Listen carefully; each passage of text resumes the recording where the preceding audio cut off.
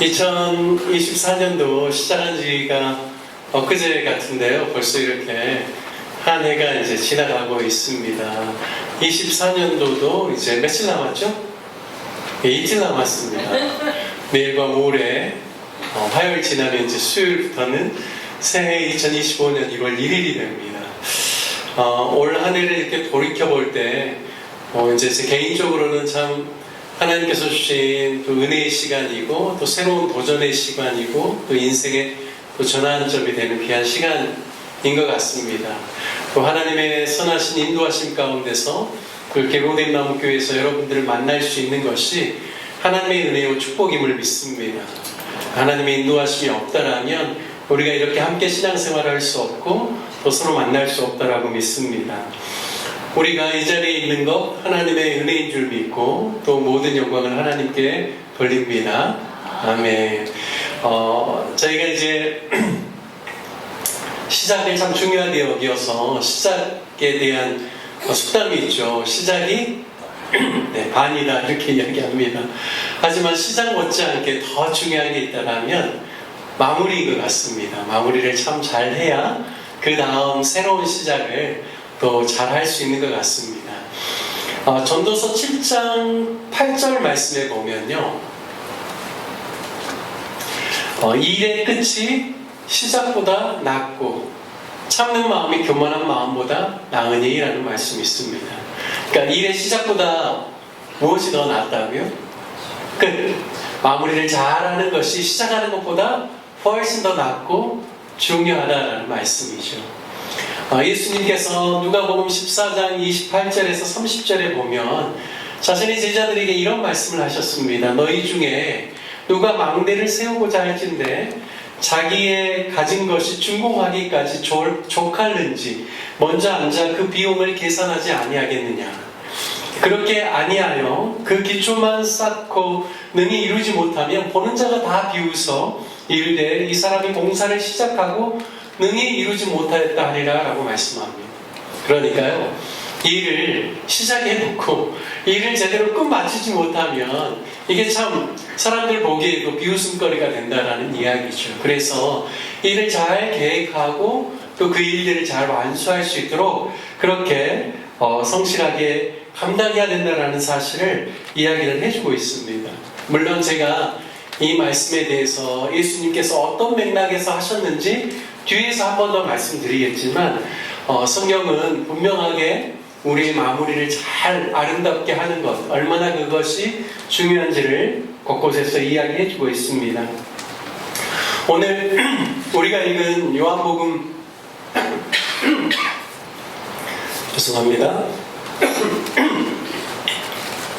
요한복음 21장 말씀은 마지막 장입니다. 특별히 요한복음은 사도 요한이 쓴 복음서로서요, 사복음 중에 제일 나중에 기록된 복음서입니다. 우리가 사복음 중에 가장 먼저 기록된 복음서로 일반적으로 성경학자들이 이야기하는 것은 어떤 복음서일까요? 4개 중에 마가복음입니다. 마가복음이 복음서의 어떤 분량의 면에서 보면 가장 적습니다. 마가복음 1장부터 16장까지 있죠.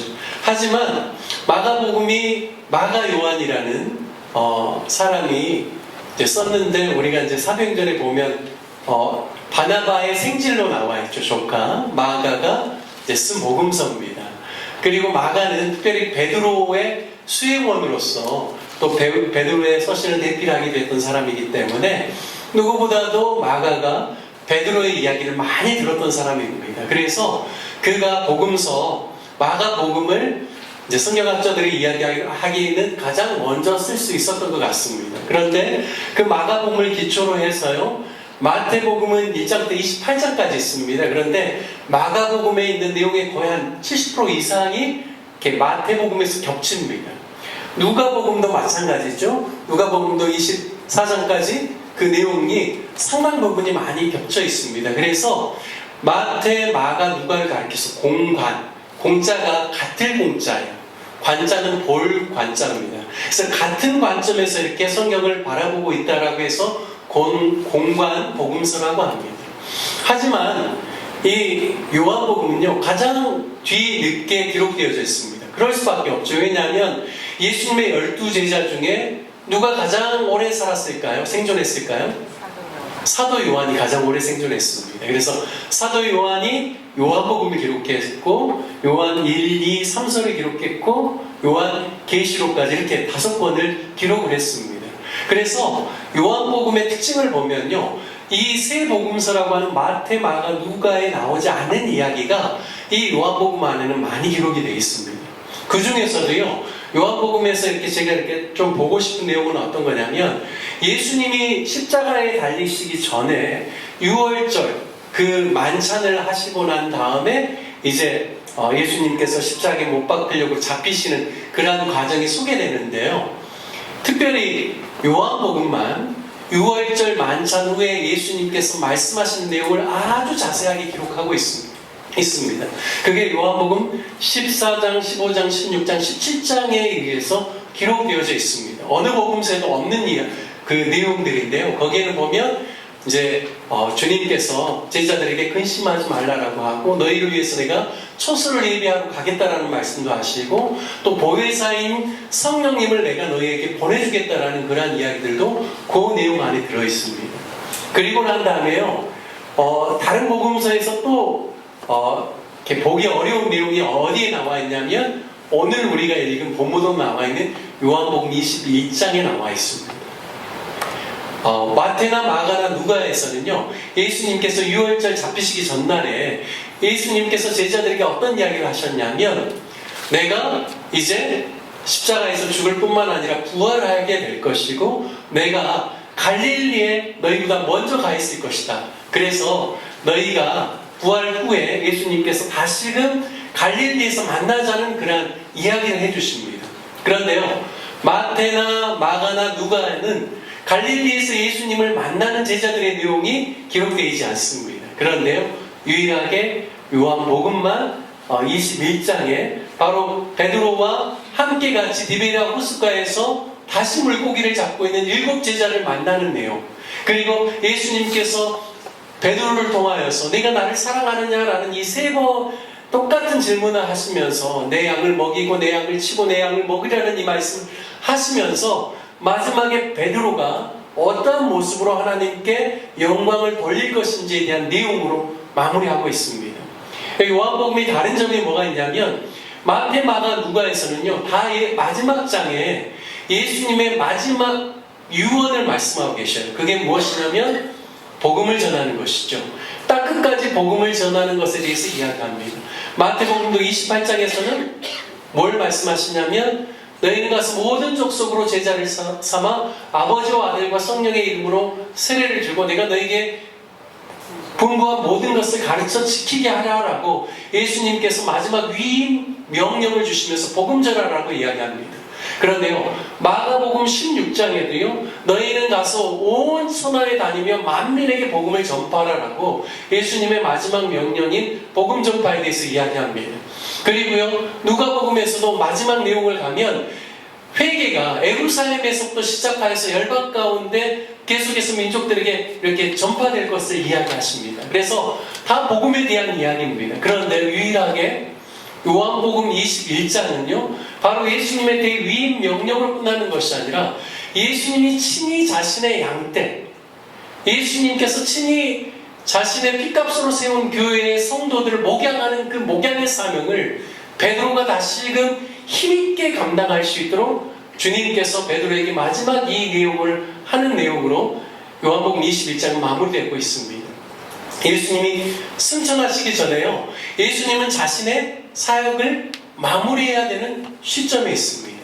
뿐만 아니라 이제 성령께서 새롭게 교회를 통하여서 역사하실 새로운 역사를 이제 막 시작해야 하는 그 단계에 있는데, 예수님께서는 자신의 사역을 마무리하면서 새로운 전환점을 맞이할 수 있도록 예수님 가지고 있었던 중요한 컨셉 중에 하나가 무엇인가? 그것은 의심하고 낙심되어 있고 절망 가운데 있는 제자들을 다시금 회복시키는 것이 예수님이 부활하시고 난 40일 동안 제자들과 함께 있었던 중요한 목적이 됐다는 사실을 우리가 말씀을 통해서 알 수가 있습니다. 여러분, 주님께서는 새로운 시작을 위한 아름다운 마무리를 위해서 예수님께서 관심을 갖고 하셨던 것은 무엇이냐면 제자들에게 찾아가셔서 낙심한 제자들을 다시금 일으켜주는 사역이었습니다. 여러분, 그래서 누가복음에도 보면요, 부활 후에 예수님의 그 두 제자가 엠마오로 가는 그 길 중에 바로 예수님께서 함께 동행하시면서 선지자에 기록된 그런 말씀들을 풀어주면서 바로 예수님의 십자가의 사건과 부활, 그리고 다시금 주님께서 그러한 모든 구원의 역사를 이루시는 내용들에 대해서 그들에게 자세히 풀어서 설명해 주고, 또한 길을 가다가 이제 날이 저물어서 한 주막에 들어갔을 때는 예수님께서 떡을 떼어서 축사하시고 그들에게 주심에 그들이 그것을 묻고 눈이 밝아져서 예수님을 알아보았다고 말씀하고 있습니다. 그러니까요, 낙심 가운데 있는, 절망 가운데 있는 제자들을 다시금 회복시키는 그 사역을 주님께서 부활 후에 감당하셨다는 것이죠. 오늘 우리가 요한복음 21장 마지막 장을 읽었는데요, 20장에도 예수님이 누구를 찾아가시냐면 도마에게 찾아가십니다. 도마가 내가 예수님 그분을 직접 내가 만져보지 않고는 예수님의 부활하심을 믿지 못하겠다라고 했는데, 예수님이 친히 찾아가셔서 내 손가락으로 내가 십자가에서 죽으셨기 때문에 그 주님의 그런 손을 만져보고 내 손으로 내 옆구리에 넣어봐서 내가 의심하지 말고 믿을 수 있게 하라고, 믿으라라고 주님께서 친히 찾아가신 내용이 나옵니다. 그러니까 도마를 예수님께서 정죄하기 위해서 찾아간 것이 아니라요, 도마의 의심을 버리고 도마가 믿음을 회복할 수 있도록 주님께서 그에게 나아가신 것입니다. 여러분, 오늘 요한복음 21장도 마찬가지죠. 특별히 모든 포커스가 누구에게 있냐면 지금 예수님의 그 어떻게 보면 부르심 앞에 순종해야 되는 그 제자들이 낙심해 있는 상황에 있는 그들에게 친히 찾아가셔서 그들로 하여금 다시금 믿음을 회복시키고, 그리고 원래의 부르심을 따라서 나아갈 수 있도록 그들을 회복하는데 마지막 21장에 말씀의 포커스가 있다는 것입니다. 여러분, 아름다운 마무리를 위해서 저는 상처에서 사랑으로 회복되어지는 것이 가장 그 무엇보다도 중요하다고 믿습니다. 여러분, 예수님께서는 바로 요한복음 21장 1절부터 14절에 보면요, 우리가 읽지는 않았지만 예수님께서 친히 제자들에게 찾아가셔서 그들의 그러한 어떤 아픈 마음을 만져주시는 그런 내용이 나옵니다. 여기 보면 디베라 호숫가, 여기가 이제 갈릴리를 의미하는데요, 거기에서 베드로와 그리고 말씀에 보면 스베데의 아들 야고보와 요한, 그리고 도마도 함께 했고요, 그리고 나다나엘, 요한복음 1장 2장을 읽어보면 나다나엘을 예수님이 제자로 부르신 내용이 나오죠. 그리고 이름은 밝히지 않지만 두 제자가 함께 같이 갈릴리에서 이제 고기를 잡으러 가는 내용을 기술하고 있습니다. 그런데요, 그들이 원래는 예수님의 부름을 받았을 때 물고기 잡는 사람에서 사람을 낳는 어부로서의 부르심을 받았는데, 이들이 낙심하고 정말 주님 앞에서 그들이 주님을 실망시켰다고 생각했기 때문인지 이들이 다시금 옛날의 삶으로 돌아가고자 하는 겁니다. 그 일의 가장 주동자가 누구냐면 베드로입니다. 베드로가 내가 물고기를 잡으러 가겠다라고 이야기를 했죠. 그랬더니 나머지 제자들도 함께 따라 나선 겁니다.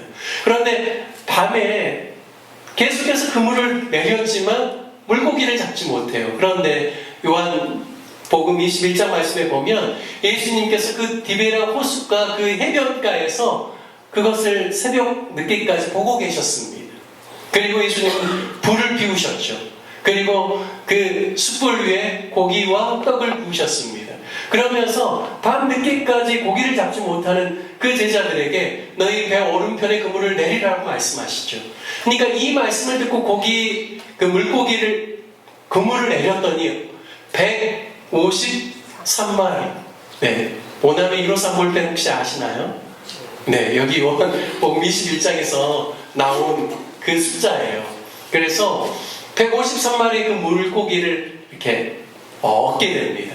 그런데요, 여기 말씀에 보면 그 사랑하는 제자, 사도 요한 자신을 가리켜서 예수님이 자신을 사랑하는 제자라고 자기가 그렇게 표현합니다.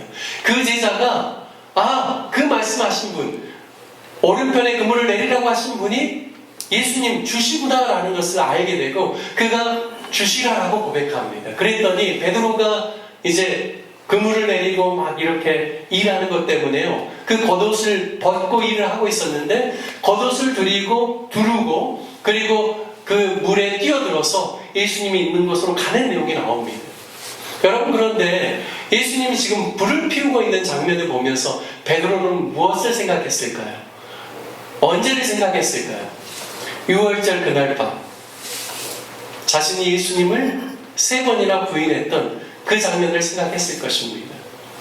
그가 3번이나 예수님을 부인하고 또 예수님의 이름을 저주하기까지 했습니다. 그 이유는 그가 예수님 끌려가는 그 장면을 계속 지켜보고 있었는데 그날 새벽 날이 추우니까 불 가까이 갔거든요. 그러니까 불에 가까이 가니까 사람의 얼굴이 어떻게 되겠습니까? 멀리 있을 때는 어두워서 잘 안 보이는데 잘 보이죠. 그러니까 한 여자아이가 바로 예수님과 함께 있었던 그의 제자다라고 베드로를 힘으로 하니까, 추궁하니까 그가 예수님을 부인하게 되었던 것입니다. 여러분, 그래서 베드로가 이 정말 새벽딱 우는 소리를 듣고 성경을 보면 그가 마음이 심히 괴로워서 통곡하였다라고 이야기하고 있습니다. 베드로는요, 예수님이 부활하신 후에 분명히 예루살렘에서도 만났습니다. 예수님은 보았어요. 그럼에도 불구하고 그 마음에 깊은 고난은 깊은 낙심이 있었다는 것이죠. 그래서 그가 갈릴리로 갔음에도 불구하고 그가 정말 그 전처럼 베드로가 원래 열정적인 사람이고 나서기를 좋아했고 누구보다도 예수님께 충성심을 고백했던 사람인데 그런 모습이 전혀 보이지 않고 내가 예전처럼 물고기나 잡으러 가야 되겠다라고 그가 그렇게 이야기했던 것이죠. 그런데 그런 베드로를 위해서 예수님께서 불을 피워놓으시고 생선과 떡을 구우시면서 베드로와 이야기를 나누시는 내용이 오늘 본문에 나옵니다. 여러분, 예수님께서 이러한 장면을 재현하신 이유는 무엇일까요? 베드로가 잘못했다라고 그것을 정죄하거나 추궁하기 위해서겠습니까? 절대 아닙니다. 낙심된 베드로의 마음을 회복시키기 위함입니다. 그래서요, 예수님께서 내가 나를 더 사랑하느냐, 내가 첫 번째 질문이 뭐냐면 내가 이 사람들보다 나를 더 사랑하느냐라고 질문했습니다. 그러니까요, 내가 예수님을 사랑한다고 고백하죠. 여러분, 그런데요, 왜 이렇게 주님께서 질문하셨을까? 두 번째는요, 내가 이 사람들보다라는 표현이 없어요. 두 번째는 내가 나를 더 사랑하느냐, 세 번째도 내가 나를 더 사랑하느냐, 이렇게 이야기하죠. 그런데 왜 이렇게 질문을 하셨을까? 이 사람들보다도. 그것은 분명히 베드로가 가지고 있었던 그 어떤 그의 연약함과 열정 때문입니다. 여러분, 말씀에 보면 마가복음 14장 27절 말씀에 보면요, 예수님이 이미 제자들이 자신이 유월절 그날 밤에 잡히게 되면 자신을 흩어질 것을 알았어요. 그래서 예수님이 마가복음 14장 27절 말씀에 보면 어떻게 말씀하냐면 예수께서 제자들에게 이르시되 너희가 다 나를 버리리라. 이는 기록된 바 하나님께서 이미 구약 말씀을 통하여서 예언하신 바 내가 목자를 치리니 양들이 흩어지리라 하였음이니라 라고 말씀합니다. 그러니까요, 예수님께서 기록된 말씀에 의해서 너희가 나를 이 밤에 다 떠나가게 될 것이다, 흩어질 것이다 라고 그렇게 말씀하셨어요. 그래서 혹시나 그들이 나를 떠나가더라도 내가 너희를 정죄하거나 내가 너희를 뭐라고 하지 않겠다라는 의미인 것이죠. 그리고 너무 그것으로 인하여서 너희가 자책하지 말라라는 주님의 마음이 있는 것입니다. 그런데요, 베드로가 어떻게 이야기하냐면 29절 봐보시죠. 마가복음 14장 한번 같이 읽어볼까요? 읽겠습니다. 시작. 베드로가 여짜오되 다 버릴지라도 나는 그리하지 않겠나이다. 여러분, 이 말이 무슨 말이에요? 다른 제자들은 예수님을 다 버릴지라도 나는 예수님을 버리지 않겠다는 거예요. 그러니까 다른 제자들이 난리 났죠. 나도 절대 예수님 버리지 않아. 나도 주님과 함께 할 거야. 이렇게 이야기하는 거죠.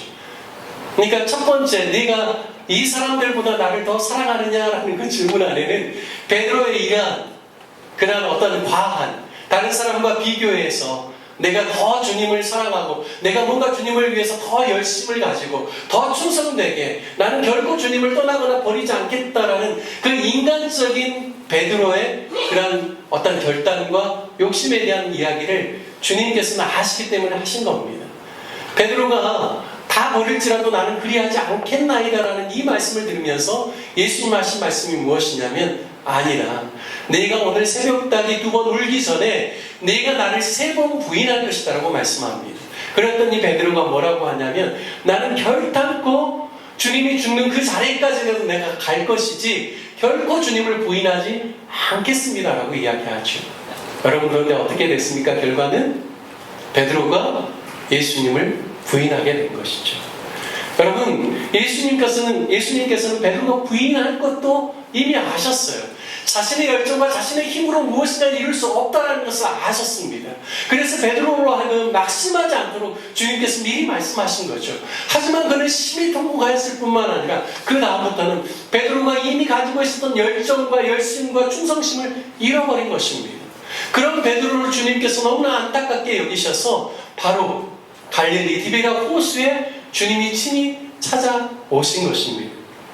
여러분 저는 이 부분을 묵상하면서요 참 좀 한 해를 마무리할 때 어떤 마음가짐이 필요한가를 좀 생각해 보게 되었습니다. 여러분 한 해를 잘 마무리한다는 게 어떤 걸까요? 내가 연초에 계획 세웠고 내가 목표했던 바가 있는데 내가 완성을 못했는데 아직 며칠 남지 않은 그 날에 내가 뭐 어떤 방법을 강구해서라도 그 일을 다 이루는 것이 한 해를 잘 마무리하는 것일까요? 아니라고 생각합니다. 여러분 한 해를 잘 마무리하는 것은 무엇일까요? 그것은 내 자신의 힘과 내 자신의 계획과 내 자신의 열정으로 이루려고 했던 그 일들이 잘 되지 않는 것을 보면서 주님 앞에 자기 자신을 겸손하게 고백할 수 있는 것이 마무리를 잘하는 것이라고 생각합니다. 주님, 제 힘과 제 열정으로 무엇인가 해보려고 했는데 잘 되지 않았습니다. 주님, 저는 결과적으로 주님의 도우심 없이는 아무것도 할 수 없는 사람인 것을 알겠군요. 주님, 제가 이제 새로운 시작을 할 때, 제가 새로운 해를 맞을 때, 제 계획과 제 힘과 제 능력으로 계획을 세우려고 하지 않고 주님 앞에 머물고 주님 나를 향하신 주님의 뜻이 무엇인지를 들으면서 주님 주시는 열정으로 갈 수 있도록 계획할 수 있도록 도와주십시오. 여러분 이것이 주님이 원하시는 아름다운 마무리이다라고 믿습니다. 여러분 예수님께서는요 베드로에게 친히 찾아가셔서 그래 내 힘으로는 할 수 없어. 그럼에도 불구하고 나는 여전히 너를 사랑해. 네가 내 사랑 안에 있을 때만 무엇이든지 할 수 있단다. 이것을 주님께서 친히 가르쳐 주시기 위함 아니겠습니까? 베드로야 너는 내가 지금 다시금 물고기 잡는 사람으로 그냥 어부로 돌아갈 사람이 아니야. 너는 내가 처음에 너를 불렀던 것처럼 사람을 낚는 어부가 돼야 돼. 사람을 살리고 일으키는 사람이 돼야 돼. 그 이야기를 주님께서 생생하게 전해 주시려고 베드로를 만나주신 건 아니겠습니까? 그래서 베드로가 제가 주님을 사랑합니다. 제가 주님을 사랑하는 줄 주님께서 아십니다라고 고백할 때 주님이 하신 말씀이 무엇입니까? 첫 번째는 내 어린 양을 먹이라 말씀했죠. 두 번째는요 내 양을 치라, 내 양을 돌보라 라고 말씀했습니다. 세 번째는요 내 양을 먹이라 다시 이야기했습니다. 첫 번째와 세 번째는 영어로 보면요 첫 번째는 lamb입니다. 어린 양을 이야기해요. 근데 세 번째는 sheep, 큰 양을 이야기합니다. 그래서 결국에는 어린 양이든 큰 양이든 주님의 돌봄이 필요한 수많은 하나님의 사람들을 돌보는 그 일 가운데 내가 너에게 그 모든 것을 위임한다. 다시금 네가 그 일을 감당해라 라고 주님이 말씀하시는 것입니다. 여러분 제가 처음에 누가복음 14장 28절부터 30절 말씀을 읽어드렸죠. 너희 중에 누가 망대를 세우고자 할진대 자기의 가진 것이 충분하기까지 족할는지 먼저 앉아 그 비용을 계산하지 아니하겠느냐. 그렇게 아니하여 그 기초만 쌓고 능히 이루지 못하면 보는 자가 다 비웃어 이르되 이 사람이 공사를 시작하고 능히 이루지 못하였다 하리라. 이 말씀이 저희가 잘 마감하고 끝을 잘 마무리하는 것이 얼마나 중요한가라는 이야기로 말씀을 드렸습니다. 그런데요 여러분 이 말씀 전에 26절과 27절 말씀은요 무엇을 이야기하냐면 너의 힘과 너희의 어떠한 것으로 그 모든 것을 잘 계산해서 마무리하기가 쉽지 않다. 너희가 너희 자신을 포기하고 나를 따르고 나를 믿지 않으면 그 일들을 너희가 감당할 수 없다라는 것이 전제됐다라는 사실을 알 수가 있습니다. 여러분 누가복음 14장 26절 27절을 한번 같이 읽어보겠습니다. 함께 읽겠습니다. 무릇 내게 오는 자가 자기 부모와 처자와 형제와 자매와 더욱이 자기 목숨까지 미워하지 아니하면 능히 내 제자가 되지 못하고 누구든지 자기 십자가를 지고 나를 따르지 않는 자도 능히 내 제자가 되지 못하리라. 여러분 그러니까요, 제자로서 무엇인가를 완수하고 무엇인가를 세우고 무엇인가를 준공하는 그 일을 감당하려면 결국에는 자신의 힘과 능력으로 감당할 수 있는 것이 아니라 자신을 버리고 자신을 포기하고 오직 자기 십자가를 지고 예수 그리스도를 따를 때만 가능하다라는 것을 말씀하고 있습니다. 여러분 우리가 한 해를 마무리할 때 내 힘으로 하려고 했던 것이 무엇인지를 좀 살펴보면 좋겠습니다. 아, 주님, 이 부분에 있어서는 너무 제 힘이 많이 들어갔군요. 주님 없이는 안 됩니다. 다시금 그 마음 회복하기를 원합니다.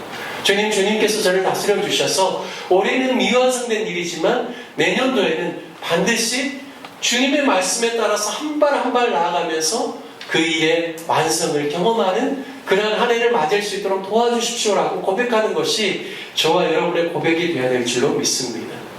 여러분 베드로는요, 자신의 힘과 자신의 능력과 열정으로 무엇인가 할 수 있을 거라고 생각했지만 철저하게 그것으로는 안 된다는 것을 깨달았습니다. 주님이 정말 도와주셔야만, 인도해 주셔야만 가능하다는 것을 깨닫게 되었죠. 여러분 또한 요한복음 21장에서는 베드로에게 사랑으로 그를 회복시켜 주셔서 그가 잘 다시금 회복될 수 있도록 하는 거에만 목적이 있는 것이 아니라 앞으로 베드로의 삶이 어떤 삶이 되어야만 하나님께 영광이 되는지를 올바로 가르쳐 주시기를 원하셨습니다. 새로운 시작 하나님께 영광이라고 했는데요, 요한복음 21장 18절과 19절 말씀을 우리가 다시 한번 읽어보도록 하겠습니다. 함께 읽겠습니다. 내가 진실로 내게 이르노니 내가 젊어서는 스스로 띠뛰고 원하는 곳으로 다녔거니와 늙어서는 내 팔을 벌리리니 남이 내게 띠띠우고 원하지 아니하는 곳으로 데려가리라. 이 말씀을 하시면 베드로가 어떠한 죽음으로 하나님께 영광을 돌릴 것을 가리키심이로라. 이 말씀을 하시고 베드로에게 이르시되 나를 따르라 하시니. 아멘. 여러분 베드로에게 중요한 가르침을 주고 있습니다. 베드로야, 너의 열정과 내 힘으로는 하나님께 영광을 돌릴 수 없어. 네 의지만 가지고 무엇인가 하려고 하는 것은 안 돼. 그런데 앞으로 너는 어떤 삶을 살게 될 것인가? 하나님이 너를 이끄시는 삶을 살게 될 것이야. 하나님께서 너의 도움이 필요한 사람들을 너에게 보내어서 너로 하여금 그 사람들이 너에게 띠를 띄우고 그들이 너를 이끌고 갈 거야. 너는 그들을 따라가면서 그들의 필요를 채워주는 사람이 될 것이야. 그것으로 인하여서 하나님께서 너를 통하여서 영광을 받으신단다. 여러분 이것을 주님께서 가르쳐 주신 것입니다. 저는 참 이것이 너무나 중요하다고 생각합니다. 저는요, 예수님 인격적으로 만나기 전에는 하나님의 영광은 제가 열심히 무엇인가 해서 하나님의 영광 받을 만한 일을 하면 하나님이 영광 받으실 거라고 생각했습니다. 여러분 그것은 아닙니다. 여러분 하나님의 영광 받으시는 것은 다른 것이 아니라요, 하나님의 말씀 앞에 순종하여서 한 걸음 한 걸음, 마치 아브라함이 갈 바를 알지 못했지만 하나님의 음성을 들으면서 믿음으로 한 걸음 한 걸음 나아가면서 하나님의 인도하심을 받았던 것처럼 그렇게 사는 삶을 하나님께서 원하시고 영광을 받으신다는 것입니다. 저는 어렸을 때 철부 지을 때 잘 모를 때요, 제가 막 큰 사역하면서 막 사람들이 부러워할 만한 막 수만 명 막 이런 대형 사역을 하면 하나님의 영광 받으시는 줄 알았어요. 그런데 주님 저에게 말씀하실 때 그거 아니라고 하셨어요. 네가 원하는 사역이 아니라 내가 너에게 하는 그런 마음을 주셨습니다. 여러분 오늘 베드로에게 그 이야기하고 있는 것입니다. 자신의 열정과 자신의 힘으로 무엇인가 이루는 것, 그것이 하나님께 영광되는 것이 아니라 정말 하나님의 인도하심 가운데 팔을 벌리고 하나님의 인도하심 앞에 자신을 내맡기면서 하나님께서 그를 잡아 끄는 대로 그가 순종함으로 나아갈 때 하나님께서 영광 받으신다는 것입니다. 여러분 하나님의 영광은 저와 여러분의 삶 가운데 뭔가 거창한 것을 원하시는 것 아닙니다. 하루하루 주님의 인도하심 따라서 하루하루 주님의 말씀에 순종함을 따라서 믿음의 걸음을 걸으면서 지극히 평범한 일상이지만 하나님 앞에서 내가 행하고 내가 섬길 때 하나님께서 우리를 통하여서 영광 받으신다는 사실을 깨닫는 저와 여러분 되시기를 원합니다. 아멘. 여러분 24년과 25년, 24년을 마무리할 때 우리 힘으로 하려고 했지만 잘 되지 않는 부분들에 대해서 주님 앞에 올려드리는 귀한 시간 되었으면 좋겠습니다. 내가 이루지 못했다라고 주님 우리를 실망하거나 실족하지 않습니다. 뿐만 아니라 주님 25년을 생각할 때는 주님 제가 주님과 함께 계획하겠습니다. 주님의 뜻 가운데서 내년을 내가 어떻게 살아야 될지 내가 기도하고 주님의 뜻을 구하면서 이제는 내 힘과 내 열정으로가 아니라 주님의 인도하심을 따라서 제가 행하겠습니다라고 고백하는 저와 여러분 되시기를 원합니다. 주님께서 그것을 원하시지 않는가라는 생각을 해봅니다. 아름다운 마무리, 새로운 출발을 주님 안에서 행하는 저와 여러분 되시기를 주님의 이름으로 축복합니다. 우리 함께 같이 찬양하면서 말씀 생각하며 기도하기를 원합니다.